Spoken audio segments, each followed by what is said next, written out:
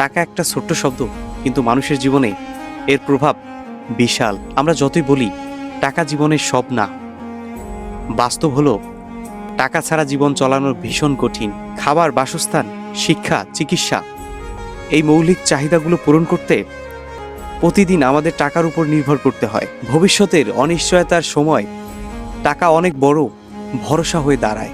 সংসার চালানো, বাবা মায়ের দায়িত্ব নেয়া, সন্তানের ভালো ভবিষ্যৎ গড়া, এই সব কিছুর পিছনে টাকার ভূমিকা জড়িয়ে আছে। কিন্তু এখানেই শেষ নয়।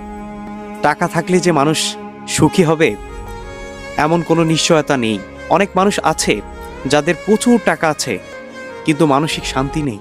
আবার এমন মানুষও আছে যাদের অল্প টাকা থাকলেও জীবনে তৃপ্তি আর সন্তুষ্ট আছে। তাই টাকা গুরুত্বপূর্ণ, কিন্তু টাকা যেন আমাদের জীবনে একমাত্র লক্ষ্য হয়ে না যায়, এটাই সবচেয়ে জরুরি। টাকার প্রকৃত মূল্য তখনই বোঝা যায় যখন আমরা সেটাকে সঠিকভাবে ব্যবহার করি। অপ্রয়োজনীয় খরচ এড়িয়ে চলা, নিয়মিত সঞ্চয় করা এবং হালাল ও পরিশ্রমের মাধ্যমে টাকা উপার্জন করাই বুদ্ধিমানের কাজ।